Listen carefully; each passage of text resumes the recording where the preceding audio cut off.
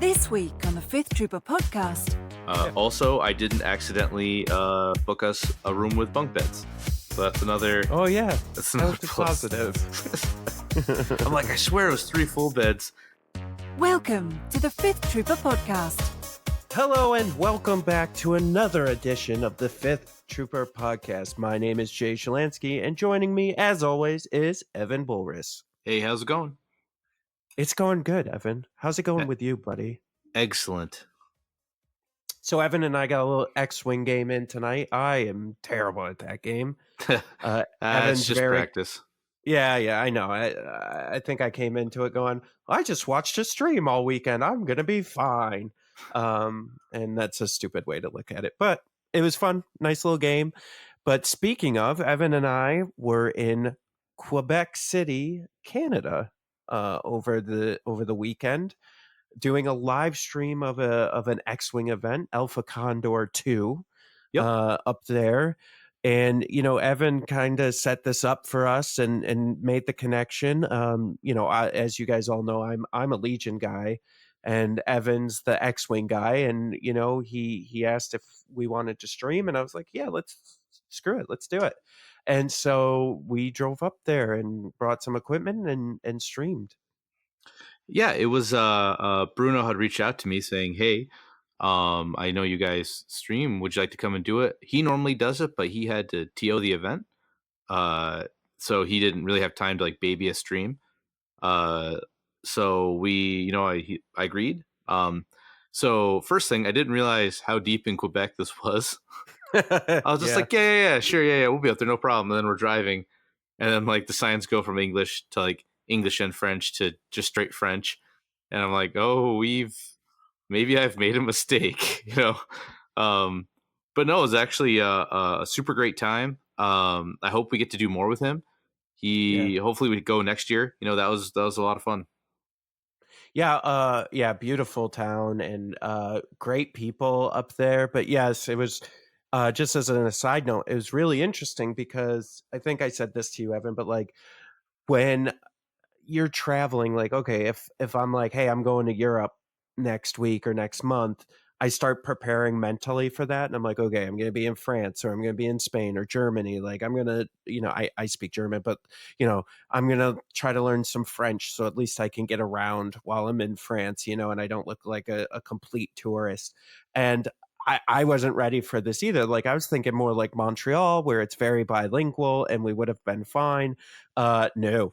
What was it, 80? I looked it up on the internet while we were driving up there. 80% of the people only speak French. I was just like, oh boy, we're in trouble. Yeah, that was a bit of a shock. But it's good to experience that fish out of water stuff. It just because it puts in perspective other people who come to America, let's say, who don't speak English first.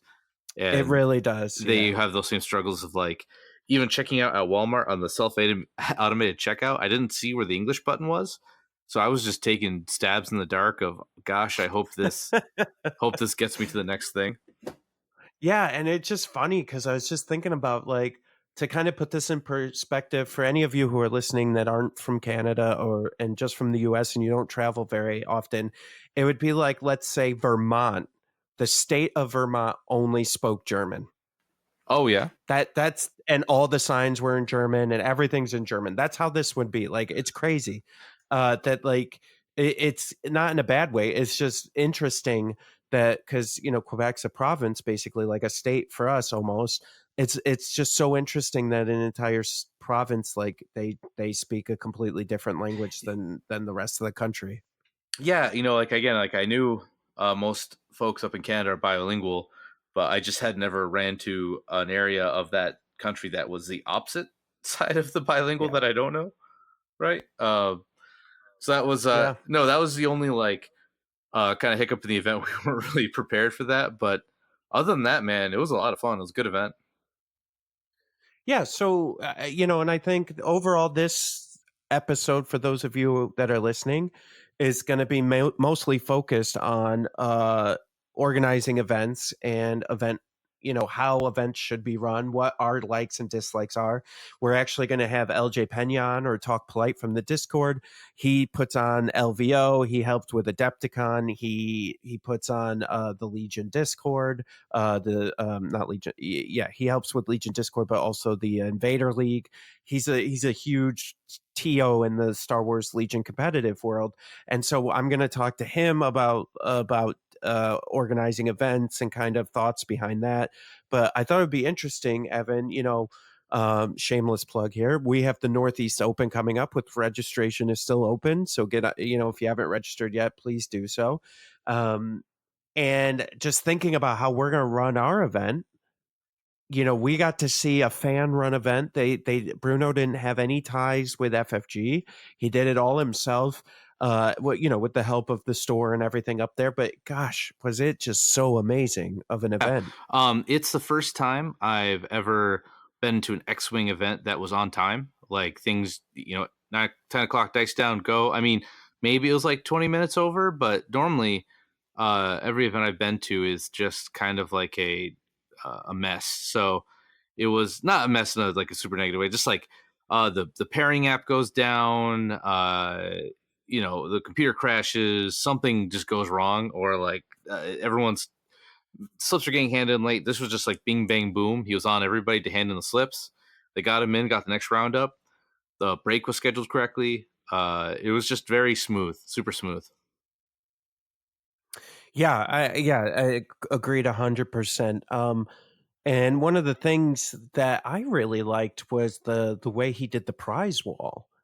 So basically, what he had done, and Evan, you talked to him a little bit more about this, but I'll just kind of explain for the listeners. He had 3 tables set up. He had secured all these like all art cards, the movement measurement templates, tokens, carrying template carriers, whatever you call those, all this stuff, like even like X-wing ships and just tons of stuff. And he had like a point system. So what was it? If you lost, you got 1 point. If you won, you got 2 points. And then you went up and you took all your coupons with your points on them, and you went and bought something from the prize wall. Yeah, just like that happens at the opens you go to. So normally how it goes at an X-Wing Open, you win, you lose, you get a ticket if you win. You get a ticket if you lose, 2 points if you win, 1 point if you lose. But the amount of prizes he secured, he's been working all year just to get these prizes. Getting from like, I think it was Iceland sent him some, Australia. He had these beautiful, like the first place got this like metal gold cut templates with a Millennium Falcon tray, just like dice, templates, tokens, all the art cards, alt art cards that were cut in metal that were beautiful.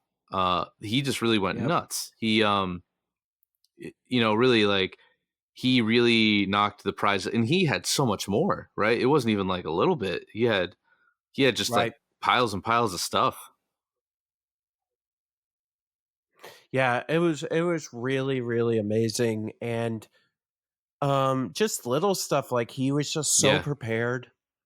He like Evan said, he asked us to come up to stream, so he had that covered, so he could just TO. He had a projector to have the time on. Yeah, which that was I super thought good. was huge, right? That's huge, both literally and figuratively, right? Like it's just a big deal to have the time that big. It was just great. He had a lot of stuff going for him. One of the things that I loved, and I'm probably going to mention this a couple times, but like he handed out snacks like partway through the event, like and it just, as a person who's played these long events, I was just like, dude, yes. Like, how many times? Yeah, he have handed out like power snack bars. That was really cool. Yeah, it was between like that was the break right before the lunch, so you got just enough to get through. Yeah, I mean, how many times have you been at one of these crazy long events and a snack is like, you're like, oh my god, you're the best thing that's ever happened to me, Mr. Snack Bar. Yeah. But it just kind of opened my eyes, not a ton, because I think we've been trying to do this for the Northeast Open, but it just got me thinking about how an event should actually be run, and how Evan and I go back and forth about this all the time about whose roles are what in building the community and how to build a community and stores versus FFG versus us as community leaders and so on and so forth and where that should lie. And I think Bruna really just stepped up and showed me how it should be. And it should be by us, by the community people that are out there, talking to you about Legion and asking for your time to listen to us. And really, we're the ones that should be helping to build this community and just taking Bruno's kind of lead on that. And I think I just walked away kind of reinvigorated for Legion and how you and I and others can help build this community and make it fun to play. Yeah, so Bruno also does. I'll plug him here. Might as well. He did, a great event. Deserves it. Though he does a Millennium Condor. If you go to his website, he does a podcast. He also this is for like a higher Quebec area. Mostly is where he is. So all of his posts are going to be in like French, which I always have to hit the Google Translate on to see what he's posting about. But he does the Alpha Condor once a year, and his podcast is the Millennium Condor. But yeah, he really just like he's a linchpin in that community to keep everything going. Oh, also, that store was great. The Imagineer Boutique. Holy Yeah, cow! yeah, that store is crazy. It was so. For those of you that don't know, which is probably a lot of you, it looks like a chain up in Quebec, and the one we were at was in this giant mall, and it was 3 stories. One The store, store. yeah, one Yeah, the store store. was 3 stories. Dude, they had like Those- cosplay, they had X-Wing, they had Legion, they had comic books, they had D&D, they had toys. I mean, dude, it was off the chain. Yeah, it was literally insane. I was really like shocked. Yeah, so I walked to the bottom floor. They had like tons of board games and like medieval gear and miniature games, and I'm thinking, oh, this is a pretty nice store. And looking around, and then our buddy Pat came with us, who was commentating on our stream with us. He's like, "Yo, they have 2 more floors. Next floor up's all magic, and the next floor after that's comics and manga and everything." And I'm like, "Wait, what?" It's like I've never even seen anything this big. Yeah, it was wild. I don't it was just wild. I'd never seen anything like that. And so that was amazing to see that community up there. I mean, and this how many players did it end up being? Like 70, right? 65, I'd 65. say. Okay, so he had a fan run event, 65 players. Like that blew my mind. Like it's this only the second time he's run this event. And he had Yeah, that many players. He had this amazing trophy, and what they do is they put your name on the trophy, and you get to take it home for the year. yeah, it's And super cool. yeah, and so they were all jacked because it got to come back to Montreal, its home. So I assume that whoever won it last year must have taken it out of town, somewhere else. So Yeah, yeah, it's just really it was just a cool thing to see the community like that and to see them.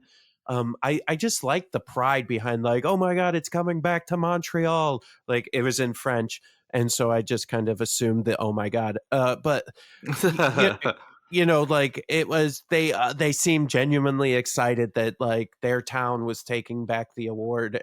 And I don't know, I really enjoyed the camaraderie there. I really enjoyed um the kind of all the people were really cool. Everybody was seemed kind and fun. And I mean, there was some very talented players there as well, as I'm sure Evan can attest to. Yeah, so the most of the games we streamed were super close, down to like 20 points to win for the margin. But if you get a chance to watch the last game, it was Quad Phantom versus Hatchet Man, which if you know the current meta list lingo in X-Wing, you'll understand that. I don't want to get into too much other than that. It was some really high end play, and then when one one gentleman lost one ship, he's like, "Yep, that's it, I think." And this was like a little bit into the game, and I'm thinking, no, he still got a chance. and then watching it play out, I'm like, man, they just chessed this out, right? They just saw the Matrix, and Yeah. it was like, nope, this isn't gonna happen. And there's one move where this guy might slam his ship off the board, so he doesn't know if it's gonna work or not, and it was so tense. It took like it was like a 10-minute time, but both Yeah. players were like super understanding because this was like it was nuts. It was really good. If you get a chance to watch it, it's the streams on our site. I Yeah. think it's my friend Connor watched through. So it's like at the 8-minute mark, or not 8-minute, 8-hour mark, is when it starts. But Bruno's going to be posting it on his Millennium Condor YouTube channel, and he'll have them all up separately to watch when you have time. Yeah. And man, so what does this mean for those of you that only play Legion that are listening, and why are we talking about this? I'm talking about this because it just gave us an opportunity to see how an event was run that's in a similar vein, right? Same company, same Yep. IP.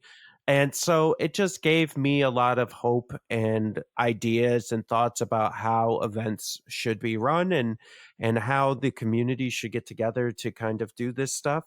And so really, and I'll be talking about this with LJ later in the episode, but is just, when we're doing this, I think it's all about making a spectacle, but it doesn't have to be like cost you tons of money. Yeah. Like it looked like Bruno kind of made a deal with the store where they got the front of the store out in the hallway of the mall. So I don't know how much that cost him to rent that space, but I'm guessing it wasn't a ton. He kind of brought a lot of stuff from home. Like he reached out to all these vendors for X-Wing to get this stuff. So what I'm saying is, I think that there's ways to have community events, community get togethers that aren't going to break your bank in particular if you're trying to put it together. And then also just being cool and like thinking about what you would want as a player and then just doing that. Agreed. It was it was a fan event made for fans, run by fans. That's the best way to describe it. Yeah. So it was just smooth, great. I really have no complaints other than none of us knew French, and we were trying to get out of this. So end of the night, well, we pack up. Everyone gets like the last shot at prizes. We're kind of hanging out, make sure everything, if you need help or something. And so we're trying to get out of this mall. And so originally we were told we had to go up to the security guard area and sign out and then leave. So we go up there, and they're all speaking in a language I don't understand. And Jay's like, please help us. Please help us in English, please. And he goes, yeah, don't worry about signing out. Just go downstairs and go out to door 3. We go to door 3, it doesn't open. And then we see this one security guard. I more or less beg him, I'm like, please let us out. So this poor guy's just like, he doesn't really speak a whole lot of English. So we're just like making these broad statements like, me want to go out, please now. So other than like the language barrier a couple times, and being stuck in a mall for the rest of my life, it was a great time.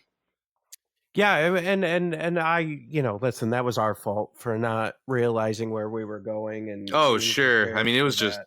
a lot of, I think there's a lot of like side information about what was going on, but yeah, it was, besides that one last mall bit, everything was super great.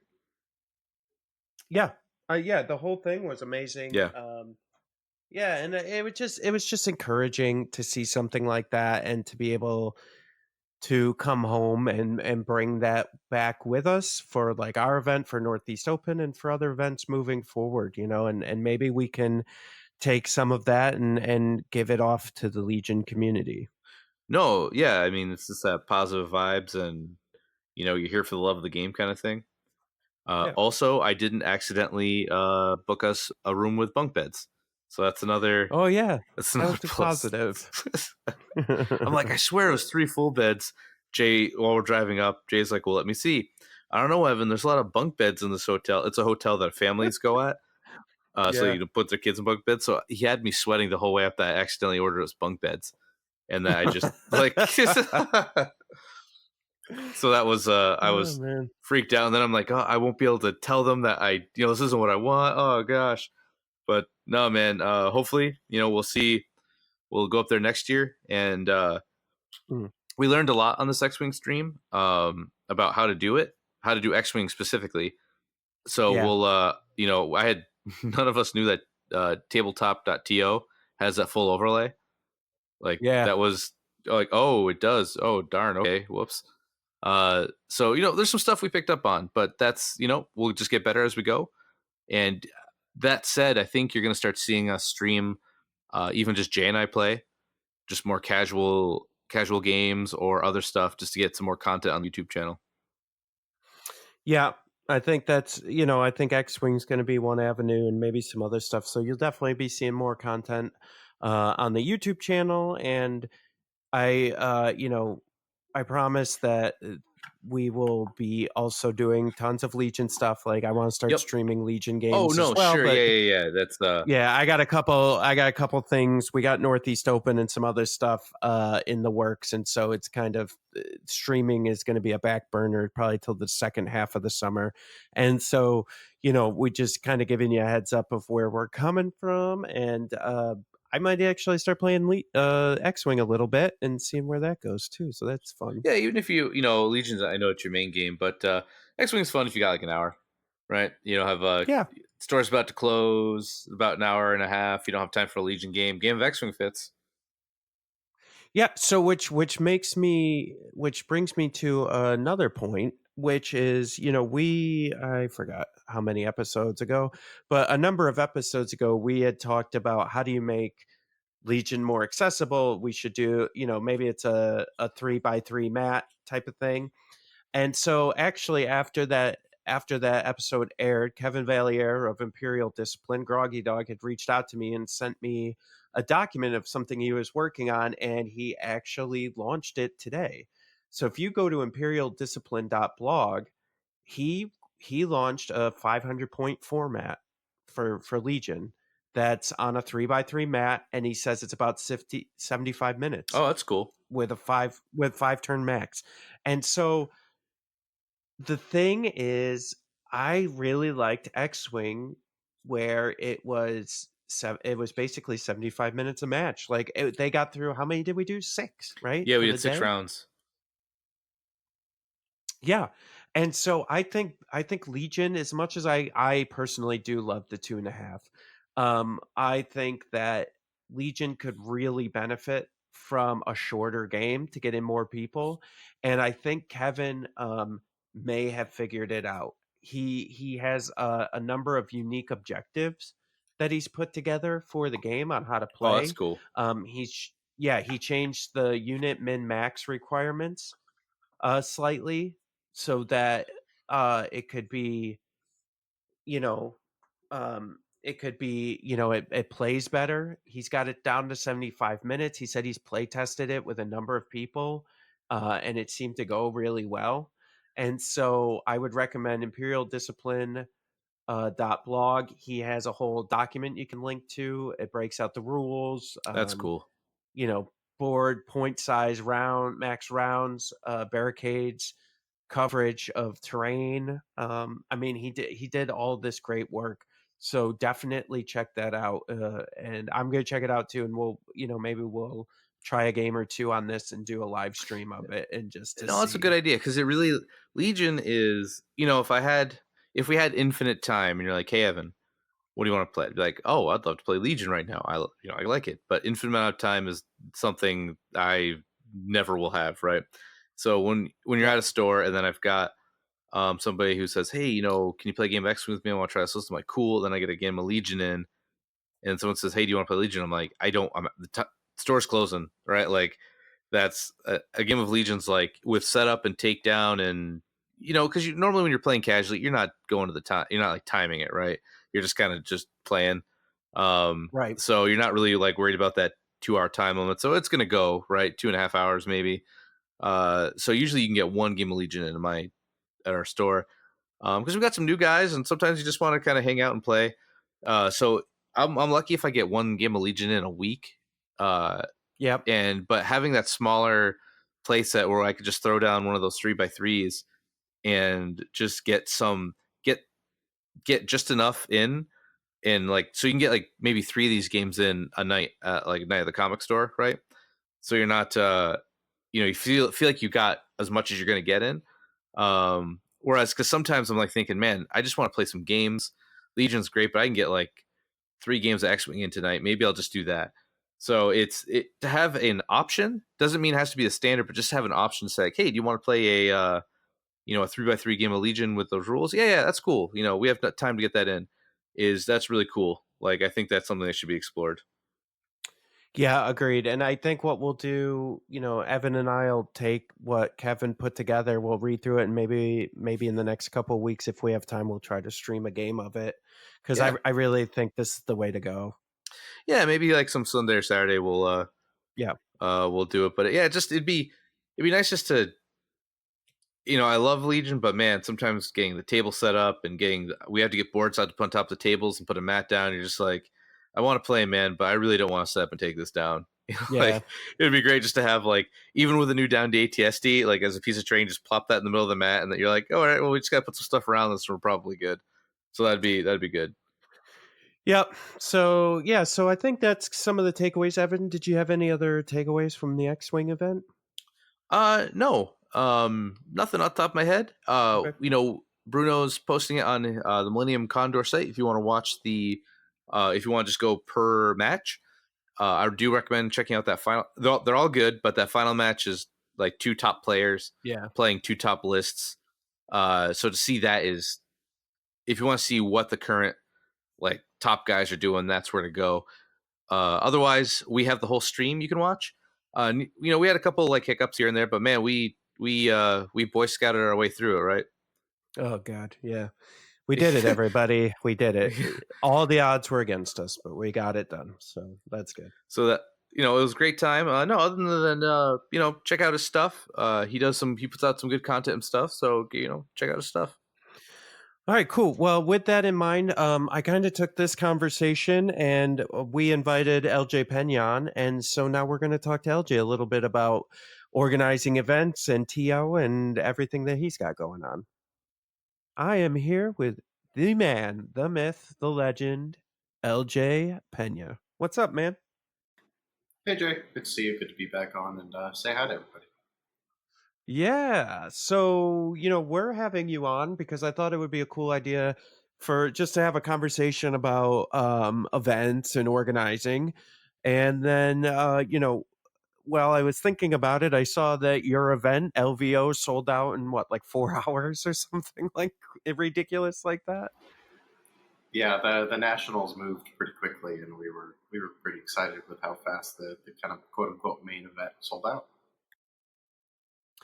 Yeah, so for people who haven't been on the Legion tournament circuit website or don't understand how it works, so what's the difference between RPQs and nationals? So one of the things I want to make sure I clarify is that like Nationals has a weird ring to it because previously if you say, hey, I'm going to a Nationals, people usually assume there's one per nation, and you've gone to some other tournament and qualified first before you've gone to that. And that's not really how it's working this season with Legion. There can be multiple nationals per country. And kind of the thing that unifies them is that nationals will happen at like conventions and other big events, whereas Rally Point qualifiers can only happen at stores. And so RPQs are pretty much landlocked to brick and mortar stores. And in fact, I had been working with a couple other events to see if we could get them a Worlds qualifier spot, and they would not give them spots because they weren't brick and mortar stores. So that seems to be pretty unique to that. And then the Nationals, you could have multiple of those, and they tried to make those special and make it worth your while to travel and all that by making it so the person who got first place overall had their airfare covered. And so it's kind of cool what they've done with them, because it's like, hey, if you can't go to a big event, but you can make it to your local, fight for that spot and get it. But at the same time, if you put the time and effort into traveling to a convention, which usually requires a lot more, and a hotel and like a badge sometimes, and airfare, you're also, you have the potential to be suitably rewarded, and usually there's more than one qualifier spot. So we have 2 spots currently to give away at the Las Vegas Open. It is a decrease from last year because we went up from 2 to 6. And so, we wanted to start with more, probably somewhere in the 4 area. But at this time, the pieces weren't in place to quite justify having that. I think FFG wanted us to show what we could do first before they were willing to, place that trust in us again, because FFG and Frontline Gaming, they're not quite as buddy as, other convention tournaments and fantasy flights, is kind of, Yeah. looking at like Gen Con and Nova and stuff like that. And now Gen Con's sponsored by FFG. So yeah, definitely buddy there. So Right. I'm hoping, with the fact that we're doing 3 events instead of 1 this time, and that one of those events sold out in 4 hours, that hopefully we'll kind of get the leverage we need to increase the size of the event and go from a 64-person national, where you play 3 rounds of Swiss on the first day, and then there's a cut, and you play 3 more games on the next day if you make it to the top 8, to a 128-person qualifier, and we try to throw a 4th round in on that first day, so that you're at least guaranteed 4 games for your time.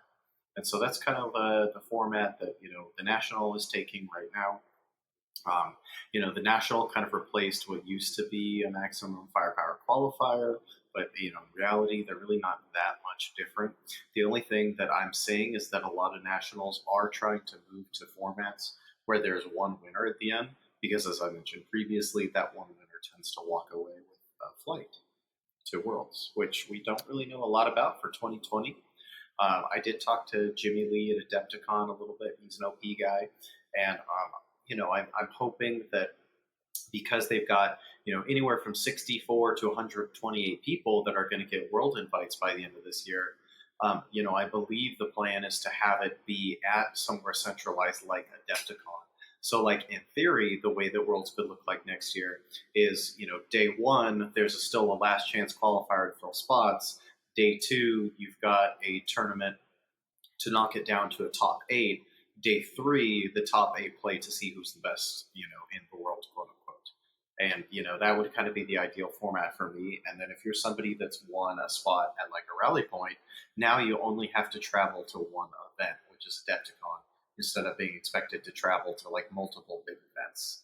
And, by only doing airfare for the winners at big conventions and big nationals and continentals and stuff like that, they're probably only actually flying 8 people out, which is the exact same thing they did this year for the World's qualifiers. So, overall, I think it's a very similar system to last year, but it's expanded and become a little more local with the addition of the rally points, which is great. A lot of people I know wanted that.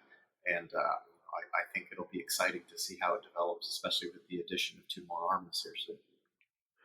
Well, yeah, and speaking, for myself and my friends that we all play locally, so we had an RPQ that was maybe an hour's drive from us, and that was just so much better.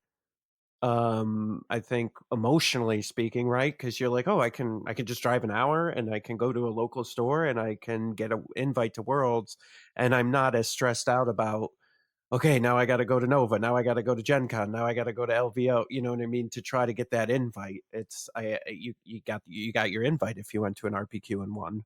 And so I like that. And then I do like the added benefit of, okay, but if you spend the money and take the time to go play, I mean, quite frankly, listen, the guys in my area are good, but if you're going to LVO or Gen Con or Nova, you're going to be playing some higher level players, because you're going to get a lot more players from all over coming to those events. So I'm glad that they're spicing it up for those people who win there.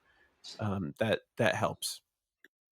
Yeah, and going to a convention a lot of times is its own reward, and because Yeah. we've kind of learned a little bit about formats and stuff like that, what you're doing with like Northeast Open and what I'm trying to do with LVO for the format, I think people are trying to, like, organizers are trying to make sure that people have a little bit of time to enjoy the place as well as get their qualifier spot and whatnot, or try to do fun stuff on the side that doesn't just pander to the competitive community, but stuff like team battles, where you sometimes get to do some wonkiness, or the yet to be revealed details of the narrative battle that we're going to do at LVO, which I guess I could speak about if so desired.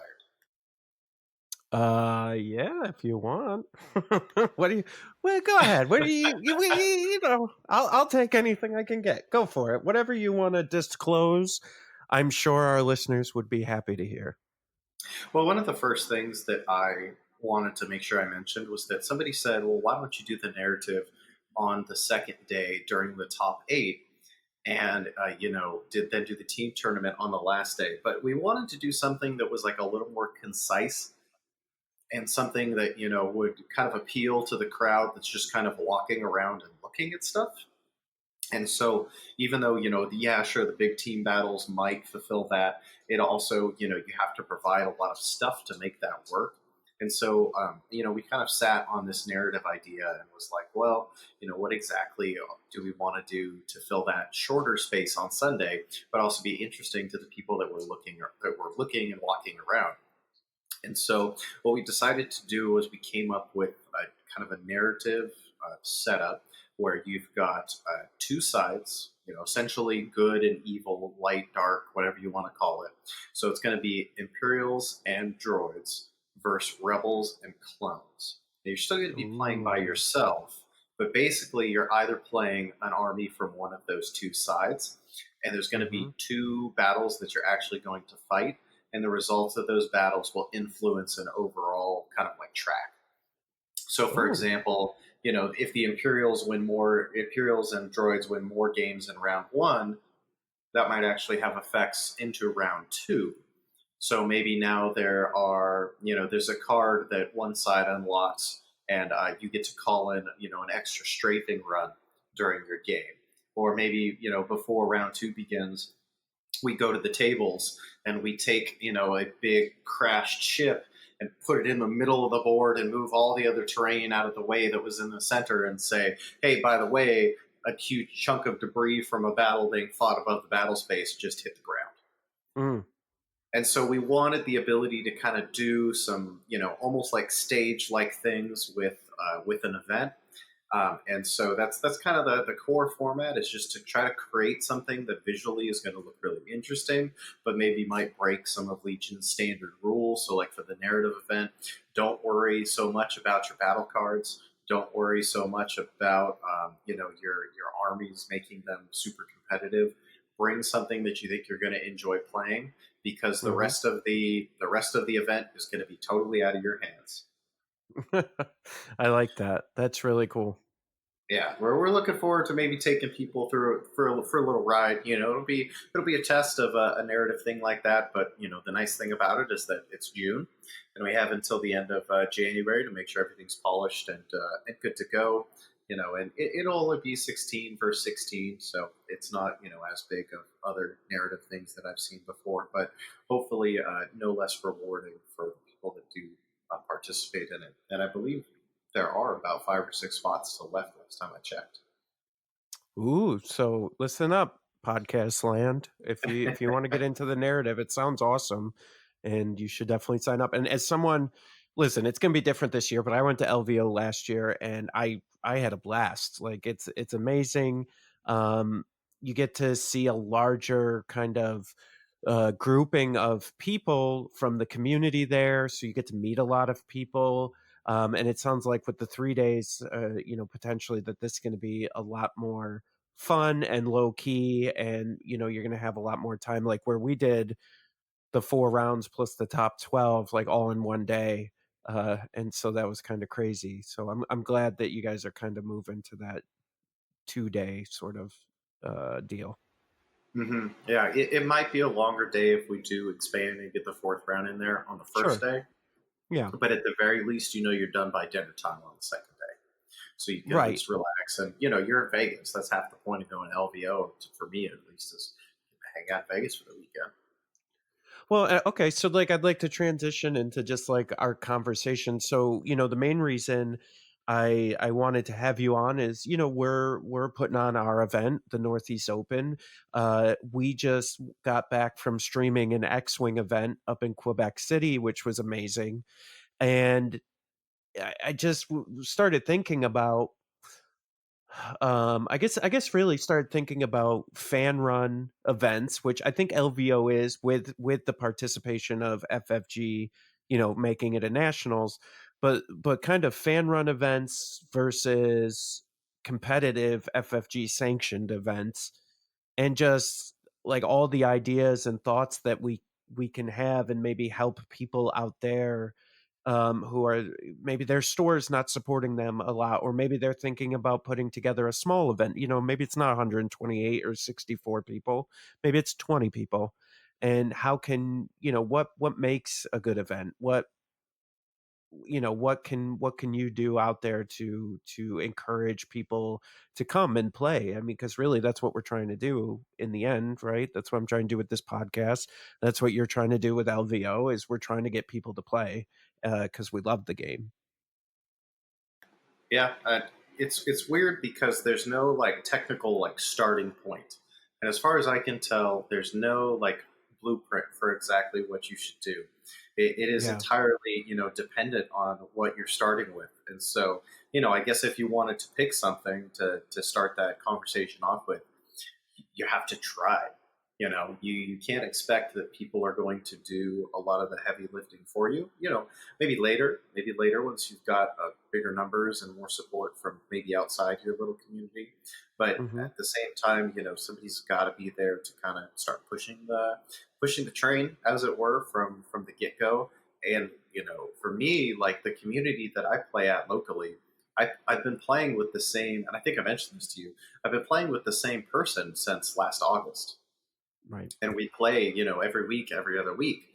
And now we've been able to grow that, and at another store that I play tournaments at, it's actually getting a lot bigger because people have started to visit the tournaments and stuff like that.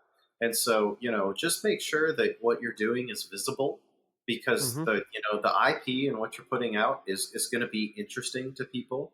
Obviously, then to make it more visually appealing, it helps to have painted armies. It helps to Hmm. have a painted demo core box ready to go, because then people get to see the models all prettied up and what they could have with just a short exchange between friends. And then that goes back to getting your board prepped as well. And like I don't have a 3D printer and I don't have access to somebody that does readily, but most people have a public library near them that does. And you Yep. create a couple centerpieces, and you look at tutorials by like guys like Sean who have done a lot of like DIY stuff, and it's very easy to create like a set of stuff that looks okay. And that's all you really need. You just need, for the starting point, you just need something that looks good, and then you need to make sure people can see it. So you need to be able to advertise when you play. We like to advertise when our tournaments are happening at the Burbank Hmm. store, so people have come, looked at them on the weekends, and then they've started playing and coming to them and whatnot. And you just kind of rinse and repeat that mantra. I find that it's not really that hard to grow what you're building. You just have to realize that it might take a little bit of time. The results aren't going to be instant, but if you kind of lay that solid foundation and it's kept alive by even a small group of 2 to 4 people, we're getting to a point in the road here where that work is going to pay off, because you're going to attract the people that are getting into the game because of Clone Wars. And that's that thing I talk about all the time. It's like we're building infrastructure right now so we can handle the influx when the influx eventually comes, because almost anybody that plays this game right now knows that it's coming. Yeah, for sure. And I mean, talking realistically about it, it's the difference between kind of our generation and the younger generations, right? We're all most of the people, not all of them, but most of the people are 30s and above right now, I would think, for the most part. But I think with Clone Wars coming out, you're going to start getting the 20s and the teens a lot more, because that's what they grew up on, was Clone Wars. Hmm.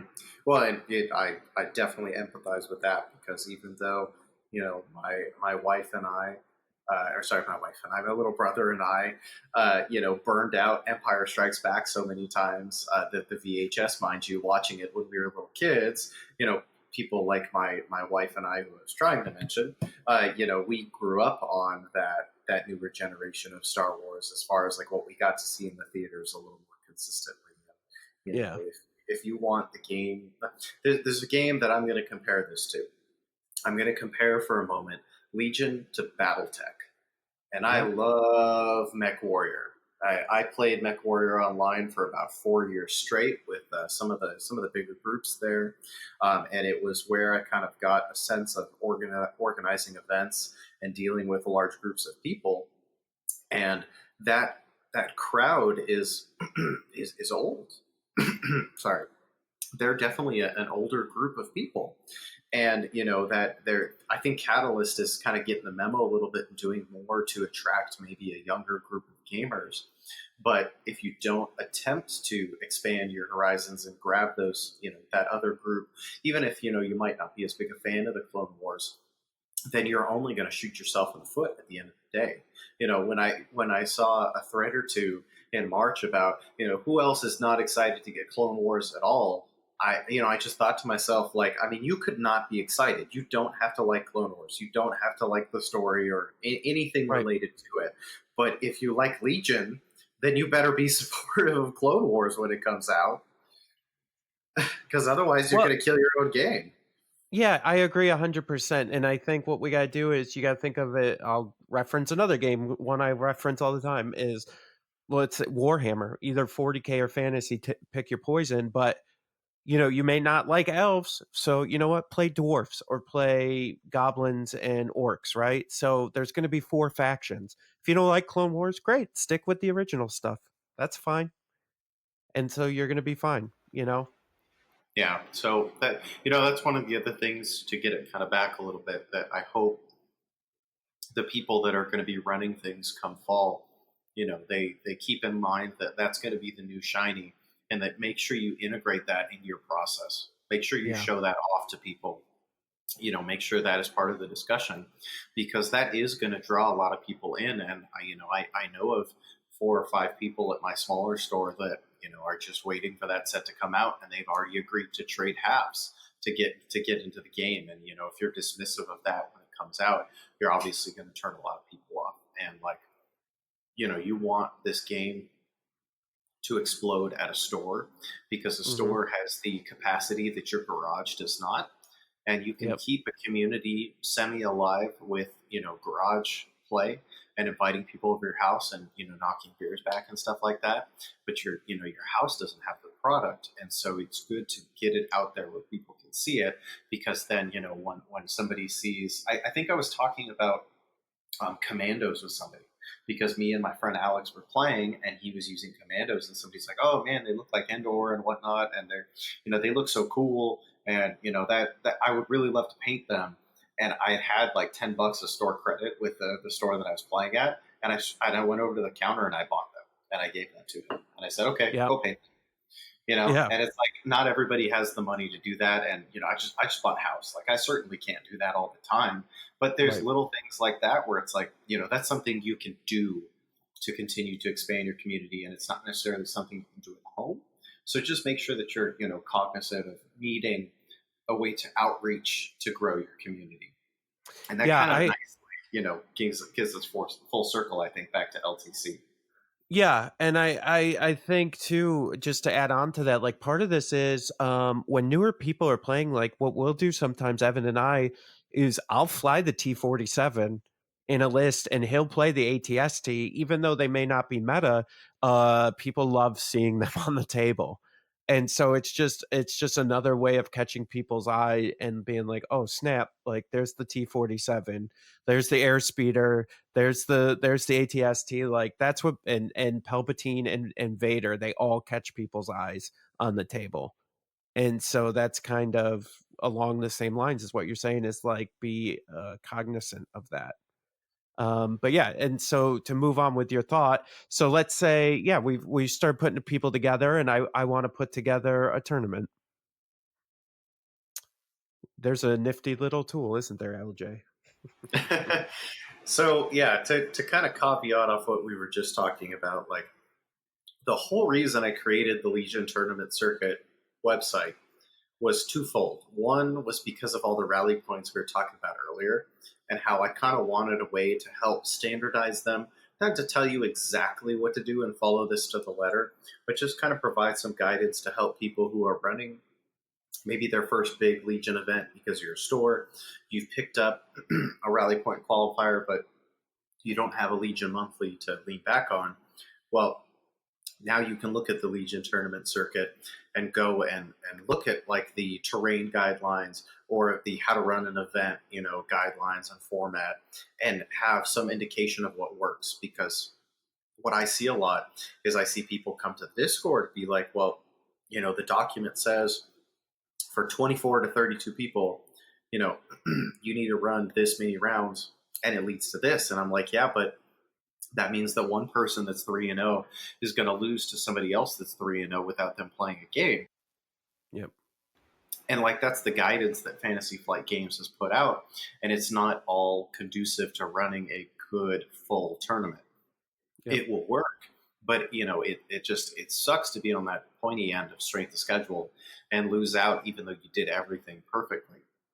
And so I wanted to make sure that all of the people that made it to Worlds next year make it on some sort of level playing field that's relatively close to one another. So, if you went to your rally point qualifier in the middle of nowhere, and I went to my rally point qualifier in the middle of nowhere, and, you went to Nova, that at least we're all on a relatively equal playing field as far as the quality of boards and other stuff that we played on. And so, not every rally point qualifier has, been able to eliminate down to one undefeated. Some have gone to strength of schedule. And some of that is the stores just can't stay open late enough to do it. But, I want to make sure that people keep in mind that like the formats are there. When you go to put signups for your event, look at the thing and it'll tell you, okay, if you have this many people, this is how many rounds you're going to need. And then when you put your signups up, maybe keep that in mind. Because then okay, this is going to take 4 rounds. It's going to be 8 o'clock to 10 o'clock at night day, but we'll do everybody justice and we'll get it done. Or, maybe I'm going to require the top 8 to come back the next day and play another game or 2 or 3 to get this thing settled. Because at the end of the day, it might inconvenience people to maybe extend the format or put an extra day in.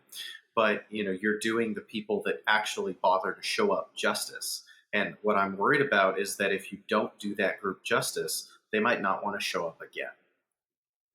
And that's going to suck. Yeah. And, we're taking a lot of what you have provided information-wise on that website and applying that to Northeast Open, and then trying to enhance that as well with some of our like day 2 prizes and, to encourage people to continue playing, even if, maybe I had a crappy first couple rounds. How do you encourage people to continue playing and not drop, let's say, for instance, to kind of help some of that strength of schedules stuff, and giving away maybe like last place prizes or, or doing best of the worst or something like that, where people are still maybe have a little bit of skin in the game to continue playing as well.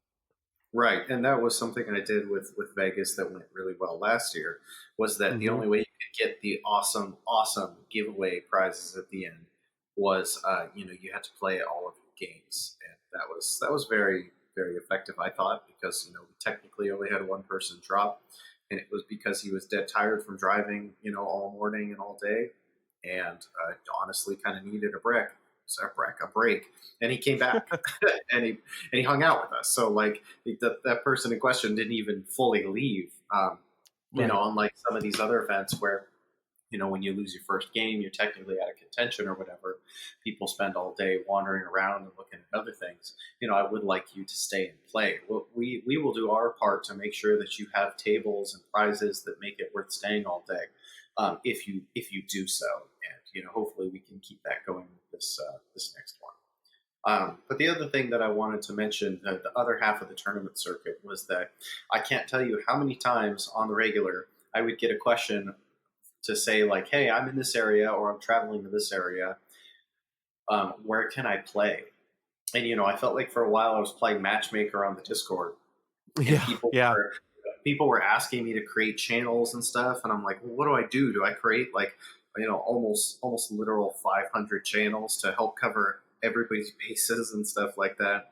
And it's just simply not feasible. So I was like, well, let's integrate the community fully into this website. And so we created the community tab, which has a community locator, which is now in, it's been like this for a little bit, but it's in map form. So you can just look at a map of, the world, it's not just the US, and see a store near you. And when you hover over it, it'll tell you like the nights they play on, or if they do tournaments and other details. And then you can try to get in contact with that group either by going to the store or by following some sort of social media if they put it on there, and going and meeting that community. And it was really nice about a week into the map being launched to get feedback from people that were like, yeah, I used the system and the system worked. And I think we're over 100 stores now that have registered on LTC. So like if you go to that same community tab, the one under located community is share a community. And all you do is fill out a short form and you're on your way. And then it'll take a minute to get added to the map, but it'll get added to the map, regardless. And, I want to make sure that I encourage people to continue to sign up their stores there, because that's kind of the other half of our earlier discussion, is that if you're struggling to grow your community on Facebook and whatnot, come to the Discord and talk to people and throw it up on the LTC website, because people are looking. And I've seen more and more people in the recent, month start to tell people like, hey, this is the place you can go find a place to play. And, there are gaps on the map and not every state is filled. But over time, that is a problem that does slowly start to solve itself.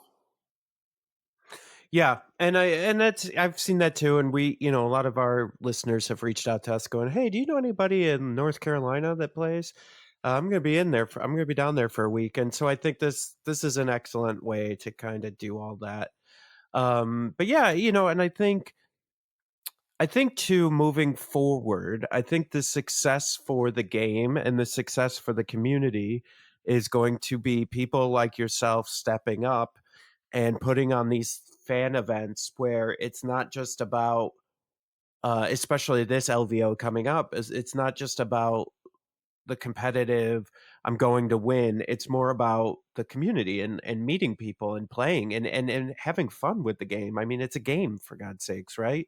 We should all be having fun playing it. That's the whole point. And Yeah. so I think that's going to be big for us moving forward, is, and I have to take this on myself too, is that not just being so focused on meta and competitive and blah, blah, blah, blah, blah, but also going, you know what? Like you just did, let's have a narrative game. Let's see what the hell that hat does to this. Let's do a team event. Let's do a two-headed dragon. Let's see what that does. You know what I mean? Like, let's do all this different stuff and see what happens with this game. Because at the end of the day, we all love Star Wars and we all love this game. And so, the only way to keep playing is to keep it that way, is to keep that love alive. Yeah. And, I've seen people that maybe have a smaller community struggle with like what they can do to keep it going, because it's harder to run, a full-on tournament, and just try to use the resources that FFG has provided.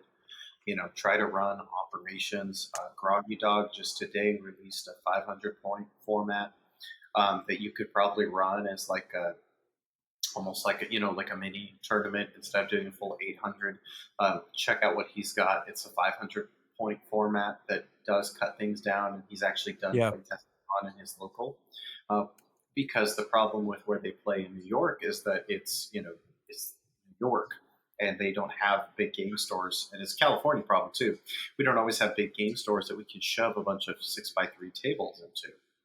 But now, dude, and I wouldn't even. It's a everywhere problem. I mean, I live in Syracuse, and we have some space, but not. Mhm. But like our main store doesn't. It's like maybe 5 tables, maybe 6. You know what I mean? Like it's an everywhere problem. Yeah, no, I guess I have to agree with that. And try going to a smaller point thing and then working your way back up, or as long as you're playing the game, that's what really matters. And I'm glad the rally points happened, because I think it's given people that maybe haven't had the time or money to travel to the big events kind of a taste of what that's like. And that's why I'm so gung-ho about making sure they're done right, because then that's going to lead to them putting the other foot forward and maybe going back to committing to a bigger type of event. And that's the kind of thing that's going to grow the larger events and make them even more spectacular, and get events like LVO from 64 to 128 people very quickly. And that's something that at the convention tournaments that I've been to, I've actually seen happen. That the people that go to the convention tournaments have been doing their part. And I like to share this story, but my favorite part of Adepticon, even with the great games and great opponents that I had, was watching a pair of players that were 2-0 with a world's invite, about to be on the line, taking time on a clock to stop and explain something to somebody that was walking by but that had questions, because we didn't really have a lot of spare people to answer questions and kind of let the games be the games. But I saw on multiple occasions, and that one specifically was the best, because both players were 2-0, and that if you get to three wins, even if you lose, you still have a chance. And so that game was just so critical to both of them, but they still took a moment to stop and explain what was going on in the middle of a high command game. And that's the quality of people I've enjoyed hanging out with at these bigger events. And we saw it with LVO. Yeah, I mean, so the same thing happened even up at the stream tables when we were streaming, like at high command. These were important games for like world invites, and people were coming by and like asking questions, and even some of the guys up at the tables were like stopping and be like, "Oh yeah, we're playing Legion. This is what we're doing." And I thought that was really cool, and that's really this community. 99.9% of this community is like that, I think. Yeah, it's you're working with such a wide variety of people. When you go to convention tournaments and stuff, some people just want to hang out and meet people, and go to the con after they get knocked out, or even just go look around at stuff, and they happen to play Legion and jump in. And then you've got the people that are there to win it all, and balancing that community can be kind of difficult. But a lot of the work I noticed has just kind of been done for me, and there really hasn't been a lot of people to kind of chase down. And we really haven't had to say much at the big events, because the community has been very self-policing in that way, which is awesome. Yeah, and I would say like even down to like judge calls are very minimal at at a lot of the events I've been to. I mean, there's some, but they're not like contentious. They're more just like, hey, we're trying to figure out the range here. We figured it'd just be best if a judge called it, or I'm trying to see line of sight. Right, line of sight is definitely the big one. That it's like, hey, I'd like an impartial third just to make sure we're not crazy here, and that's usually, I think, a good way to go about it. Yeah. But yeah, so it's funny. I was just thinking about like there's little things I think communities can do, especially during tournaments, that like to take that extra step. And one of the things we actually saw at the X-Wing tournament was this was fan run. FFG didn't. I don't know if they asked FFG or whatever, but it wasn't an FFG sanctioned event.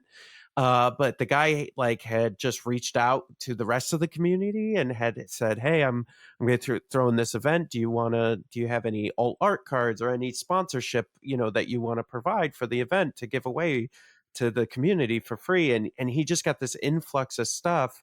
But then also he was like this is little, and I know it sounds silly, but for those of you that have played in big tournaments, I think you'll recognize why this is a big deal. But halfway through, he provided everybody with a snack. Like everyone. Like he just went around and handed out snacks to people. That was huge in my head. Like, I was streaming and he handed a snack to me and I was so happy. But LJ, like you played Adepticon. Like, dude, if somebody handed you a snack halfway through, like wouldn't you have been like, oh man, thank you, I need this?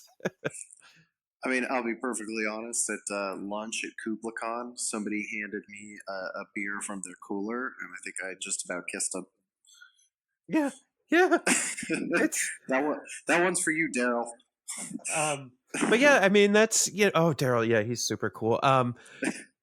But like that's what I'm saying. Like so, like I'm thinking for like Northeast Open, like I mean, really, what's a couple cases of water, right? Like $3-4. You get a couple cases of water. We hand out water and a snack to everybody like halfway through the tournament, so that I don't know. It's just it was that little thing that I was like, damn, that's just super cool. And so I know that's like a micro kind of thing that I'm looking at, but think of that in when you're running a tournament or putting together a league or a Friday night. Like, what would make you happy about playing? What are little kind things that you can do for newer players that would make them happy? Like maybe like LJ was saying, maybe you have fully painted miniatures and you let them use those. Maybe you don't rail on them about meta. Maybe you just say, yeah, just build whatever list you want for how whatever points you guys end up playing. Maybe it's 800, maybe it's the 500 that Kevin's got going. But like just encouraging people to play. Don't worry so much about the ins and outs of the rules with new players, but just get them motivated to playing, because really the goal of any TO, I think, is to generate more butts in the seats. And whether that's this year or at your next event or your next get together, that's always the goal, right? Is we want more players for this game. Right. It helps the two biggest things that I like to harp on from an admin perspective is make it look good, make people feel welcome, and the rest will easily fall in line. Once you've got kind of that initial product that kind of sparks people's interest, the rest usually follows suit pretty quickly and pretty easily. The part that once you've got that established, that you really want to worry about from that point on is that make sure that everything you're doing makes sense. So like that your format is in order. You give people time to breathe. Your tables are labeled. That's why it helps a lot of times to not try to pull all this together by yourself, but to try to make sure you work with some sort of partner. Because Yep. I definitely wouldn't have had as good of an LVO last year if it wasn't for Brendan, who was running Adepticon this year, and we almost kind of switched roles for Adepticon to LVO to Adepticon, because like he was the marshal for LVO, and he did a lot of work getting stuff good to go and good looking on the day, and I spent a lot of time getting stuff ready beforehand. And then we kind of flipped those roles throughout Adepticon, and there were little things that I was doing for him behind the scenes that before he was doing behind the scenes, and he was the face of the party a little bit more on the ground at Adepticon. And it helps to have somebody that can kind of worry about what's currently going on versus what's going on in the future. And so to have Right. somebody that's worrying about the down the road versus somebody that's worrying about the picture as it is right now, and being able to be open and communicate with that other half is, I think, an extremely beneficial relationship if you're a new tournament organizer.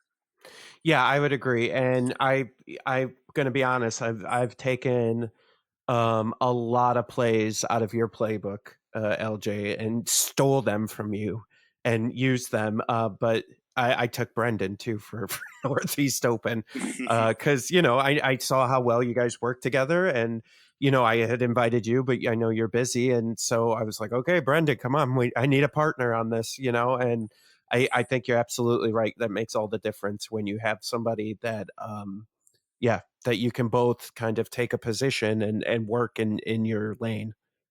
Mm-hmm. And if you're on the newer end too, and you're wondering how you're gonna convince people to come in and stay, and just make sure that you're trying to do your due diligence to get people hyped and kind of preview the product that you're going to give them. And the thing that I think has made me successful in the past is that I've been able to talk to and pull in all the various Legion businesses we have, or Yeah. at least different parts of them, and they're so willing to help because they want to get their product out there. It really hasn't felt like work. It's been more fun than anything. Yeah, and I can speak that from that perspective as a community member. When LJ came to me last year for the Vegas Open, we were more than happy to provide what we provided because it was a good way for I mean, I'm just speaking plainly here, is branding perspectives, right? And then B, I love the community and I definitely want to support it in every way that I can afford to. And then C, it was just something that felt right to do from my perspective. And so I think you would find if you're organizing a tournament or something, that if you reach out, that there's a lot of people that are going to be more than happy to help. Yeah, and I think it's important to talk about and understand the kind of business side of that aspect too, because there may be willing people like yourself that maybe weren't willing to make the leap and start talking about and getting their products out there in person instead of just doing it online. And I hope that exposure that we were able to provide was beneficial to the growing of your business. Yeah, I think to just be frank with everyone out there, yeah, it definitely put us on the map, LVO. And I think that was because of the support we provided, and then as a TO out there, you're going to have to, if someone provides you support, you got to talk about them. Right. And you got to say, hey, Fifth Trooper did this for us. And so that definitely helped put us on the map a little bit more, and open people's eyes to who we were. And so it was definitely beneficial. And I think for TOs who are listening to this conversation and thinking about doing this, just make sure before you do it, you have the value proposition in your head for the business, and say, this is how I'm going to promote you. This is how people are going to know it's you. This is why this is good for your business. Yeah, and I think getting that in perspective from you is important, because there might be people listening that fall into that category of, well, I want to expand, and how do I do that? How do I go about it? And what are the benefits of that? So that's good to hear. Yeah, and I would say, okay, so just to go down that path a little bit, like I know so now I'll go from the business end. Like if you're a new business, let's say you're making, I don't know, some sort of ancillary addition for Legion, I mat or token or something, right? Um, Take a look at what you can do. It doesn't take a lot, right? It could be something as simple as maybe you provide some tokens. If you're making tokens anyways, you're going to have a little room in your budget for marketing, right? To just throw some tokens together, put them in, a bunch of little baggies that you can buy for 20 cents, and then print out labels on your home printer with your logo on it, and stick them on the baggies and send them to like LJ or whoever. And that's going to be huge for your business, because your logo website will be on there. People will see the quality of your product. And I'm telling you, it's a lot bigger of a deal than you'd think it might be initially. Like at first you might be like, nobody's going to know, but the brand recognition alone will be huge for you, because the next event you're going to go to, or that you are involved with, people will be like, oh yeah, you did the tokens for whatever, show or tournament like that. Those were really cool. Do you guys got a website? And it may take a few months, but it'll get there. Yeah, and people are going to take those back to their locals, and it'll continue to gain interest from there. That's one of the ones that I love to talk about, is the objective tokens that Rebel Lightworks gave away at LVO. Mhm. I actually don't have a set for myself, but a couple guys that play at my store went, and they still have them, and they still generate interest. And obviously the poker chips have turned into their own monster. So Yeah, it yeah. definitely, the selling the visual aspect of Legion, whether it be models itself, terrain, or auxiliary stuff like tokens, really does help push the product, because it just gets people interested, and they see it, and they want to know more, and they get involved and whatnot. And who knows, a conversation about, oh yeah, well, these are these nifty objective tokens from this store, might lead to, oh well, how do objectives in this game actually work? And then you can explain to them some the good things that Legion has going for it. So you never know what's going to open that conversation and get people moving. Oh, agreed. And even like further for the business people too, I would say that one of the big things I've noticed is that news kind of spreads like wildfire within our community.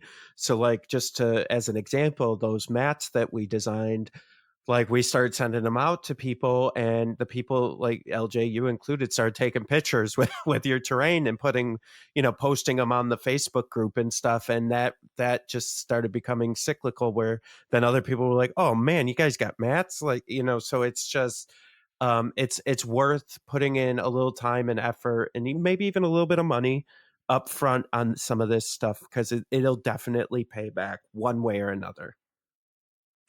Definitely. But okay, well, I think we've been going for about 45 minutes now, LJ. Is there anything else? Actually, you know what? I have one thing really quick. I don't know that I have publicly congratulated you on your worlds. Did we talk about Legion terrain or Legion tournament circuit after you got your invite? I don't remember. But if we didn't, congratulations on your worlds invite, my man. We might have talked about it a little because I think we kind of briefly went over how Adepticon went, but I think I'm actually feeling a little relieved right now because it doesn't look like we're going to get Boston Sabine for Worlds, so that's just two less things I have to factor into my equation as I'm getting ready to play in my my group here, and so I'm excited that it's so close. It's just a little over 2.5 weeks away, and once I get the invader stuff finished here, then it'll be just a short couple days until we're all meeting up to play some games together, and it's pretty exciting. Yeah, and I'll just make a quick recommendation. And LJ, you brought this up before we start recording, but that the Scoundrels last night did a really nice job talking about Invader. But if you haven't seen it yet, I highly recommend watching some of the streams of Invader League. We are literally last week or whenever Kyle and Kingsley played, that was a Worlds matchup, and then the next, whenever Kyle and Luke end up playing, I think Kyle said the 12th on the podcast last night. That's or today. That's when that'll be another Worlds potential Worlds matchup. So just interesting. Yeah, I think Kingsley's versus Kyle's game that they just played was, just a great view of competitive Legion, and some of the better two players out there duking it out is always great to see. It wasn't without its crushing moments and its controversy, and it was just a great all around game to watch if you're into it. And Legion's not necessarily a sport, but when you understand some of the intricacies and you see some of the power plays that players make at competitive events, you realize that there is a lot more tactical depth to it than originally thought possibly. And so I'm excited to see how the rest of the series ends up. We had one double bounty versus double bounty game happen over this weekend, and then we had a single bounty versus single bounty, as you said, scheduled for the 12th. So the final is going to be Beefcake, who is from Australia, playing a double bounty list against somebody playing single bounty, whether it is Veers Bosk or Veers Boba. Kyle versus Luke. We'll see who it ends up being, but the final is coming soon, and it looks like it's going to be another quality finish. And I could tell you that match is so hard for me because they're both my friends, and so I'm really I don't even know who to root for at this point. I a little bit Luke Cook just because he's a local guy, but at the same time Kyle's a good friend of mine too. So I'm just part of your network. yeah, right. one's local, one's business. I don't know. Are you rooting for business or rooting for pleasure? I don't know, but if they ask me at the border, it's always pleasure. Yeah, it's fun watching the Invader League games play out, especially as I get to know more of the people that join the community and take a limb out and play, because there have been people this season that have stepped up that I just don't know, that are now people on my map that I'm going to watch their careers with great interest. And it's fun for me as somebody who helps lead the Discord and create this tournament.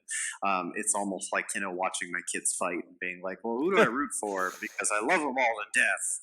Yeah, no, I agree, and that that kind of opened up for any of you wondering about going to a tournament or LVO or even to ours, Northeast Open. I've made so many acquaintances and friends, and just met some incredible people between LVO and Adepticon that I probably never would have met if it weren't for Legion. And so that alone has been worth its weight in gold. Actually, it's funny that you mentioned that because I'm pretty sure either US Group 11, I think it is, or 9, but I'm feeling 11, are going to do a Las Vegas Open meetup. That's awesome. because like over half of them are going to LVO, That's and they're going to amazing. hang out and like get a beer together after playing in a group together, which I think is awesome. Yeah, that is really cool. But all right, LJ, I'm going to wrap it up. Before I do, I just want to thank you, man, for everything that you do for the community, for all the great events that you put on, and like all the help you've provided us, and just everything you do for all of us. Thank you so much. Yeah, as always, it's a pleasure, man. And it's a group effort. There's so many people that contribute positively to community, and it's easy to get caught up in a negative thing or two when it happens. But when you sit back and you view the wider picture, and you look at where we started and where we're probably going to go with all the additions that are coming to this game, it's so bright ahead, and I just want to make sure to remind people, don't necessarily get caught up in what's going on in this second. Remember that this game is always changing from month to month, and that there's so much other stuff that's going on, and things that FFG is learning and getting wrong and getting right in some cases. That over time, it's going to be. I think it's a net positive. I think we've got something awesome here, and I hope people stay and continue to contribute, because there's so much more that we're going to be when you sit a year from now, and Worlds 2021 is coming up, or 2020, sorry, and you're like, yeah, this game really grew. I can't believe we were so excited to be at that point when you look at where we are now. Agreed, 100%. Well said. All right, thank you. Yeah. Okay. Yeah, so that was LJ. I at the end there, I thanked him on behalf of all of us for everything that he's done. I think he's got more than just the Discord, Invader League, and LVO, and helping with Adepticon. He's just really, he's got his hands in everything, just because he's always like talking with us. Like, he and I are always having conversations, and he's just a good dude, and he's such a great advocate for the community. And I don't know, I love him. He's great. No, he's a super cool guy. I'm glad I got to meet him at Adepticon. Yeah, well, and that's he and I said something about that's one of the great thing about going to these events is meeting people, right? Like, I've met all kinds of people from all walks of life that without Legion I never would have met, and I think that's been worth the price of admission alone, into this game. Yeah, it's finding that niche for it really helps, right? Finding Yeah. people who share that same passion. So the worst part about Legion right now is it's first year and communities aren't quite defined yet, right? So you might be the only guy in town who likes Legion. It could happen, right? Yep. So it's nice to know that other people exist that also share that like same like, hey, I love Wookiees too, kind of mindset. And so go to these events is always fun, just to be around people who also share your passion. Because sometimes, I mean, when we started, there's just two of us in the shop who played, and that was it, right? It's still like that sometimes. Yeah, jeez. No But joke. yeah, I mean, I think the moral of the story here, and I think we were touching on this a little bit last week with Jim Martin and him talking about like putting communities together for building terrain, and then LJ and I were talking about how can we get more people into the group. I mean, really, I think, and it may be hard for some of us, but we really need, when we're at the store or when we're out, you got to make the game accessible to people, and you've got to really bring them in, whether it's visually through terrain or like, one of the things LJ and I talked about was, hey, I think it's a good idea to fly the T-47 and the ATST while you're doing demo games, because that's what draws people in. Yeah, they're the not great. ATST definitely does. I know the T-47 does too. They both do. Anytime you put them down, people at least come over and be like, hey, what's this? Right, because those are iconic pieces of Star Wars lore, right? Same with Palpatine and Vader. Like, if you put those on the table, people go, "Huh?" And they like come over and look. And so I think that's the big takeaway, I think, from this whole episode is one, to make Legion accessible, make it look good while you're playing it. You know, let's try using Star Wars Terrain if you have it, if you can get a hold of some, if you can build some. Use the cool models. They're not the best meta models, but a T-47 ATST Vader, Luke, Palpatine on a table is gonna really shock people, and they're gonna love it. And then Well, being friendly and cool and inviting too. it's just a brand identity, right? So this was a problem in X-Wing about at the end of 1.0 where there were no X-Wings on the table. It was a K-Wing and the Skurg bomber. K-Wings from a book and the Skurg bombers from Jedi Starfighter. Oh man, Captain Nim, my favorite character from the movies, right? Like nobody even knew it Right. was X-Wing or Star Wars, right? It just looked like Right. random spaceship blobs floating around. Luckily now, at least people play X-Wings. Like you can look at a table of people playing X-Wing and see Millennium Falcons and X-Wings and Darth Vader, and you get that brand recognition. And I think with Legion sometimes that can get lost without the bigger pieces. So when people Yep. just see people pushing men on a board, it just looks like they're pushing men on a board, and it could literally be any game, right? It's Yep. about the same size for Warhammer or Bolt Action or anything. But when you get that big, even if you're not playing it, just bringing the model in and setting up next to the table, at least people will be like, oh, hey, what's that? And then you'll be like, oh, this is Legion. I'm playing, Jyn Erso and some Pathfinders from Rogue One. Like, oh, that's cool. Like, oh, that's the tank, right? So, even if you don't want to play them, even just bringing them and having them around the area, will people at least like, wander over and be like, hey, what you guys doing? Because everyone deep down, I won't say everyone, most people like Star Wars, right? Yeah. And to see a game that is like gives you that hobby aspect and also Star Wars is super cool. And sometimes people just need that guy to talk to or girl and just be like, hey, is this good? And be like, yeah, it's really good. Okay, cool. I would like to play too. So, you're right. Like part of it just being open and cool and inviting, and just, if people come over, just don't be afraid, especially if you're like playing casually, don't be afraid to stop the game. Be like, hey, this is Legion. I'm playing Luke Skywalker. He's playing Darth Vader. We're fighting over some moisture evaporators. And as soon as you start dropping all those Star Wars buzzwords, they're like, yeah, okay. Yeah, where's Leia? Oh, she's back there. Oh crap. So it's getting Right. that like brand recognition into the game really helps it. Yeah, agreed. 100%. But all right, everybody. Well, listen, if you haven't registered for Northeast Open, head over to our website, thefifthtrooper.com, and register for the Northeast Open. We'd love to see you. Spots are closing up. I know I've said that for a few weeks, but they are. So get on there and get your spot. We're going to have tons of cool giveaways and prize support and all kinds of crazy stuff going on. Yeah, and if you want to contact us, the Fifth Trooper Podcast at gmail.com, or our contact form on our website, or on Facebook or the Discord. We're everywhere, right, Evan? Sure are. Everywhere. Everywhere. All right. Well, I guess that's it. Evan, you got anything? Nope, I'm good. All right. Well, thanks for listening, everybody, and join us next week. Thanks. Everyone, stay rad. Join us next week for another edition of the Fifth Trooper Podcast.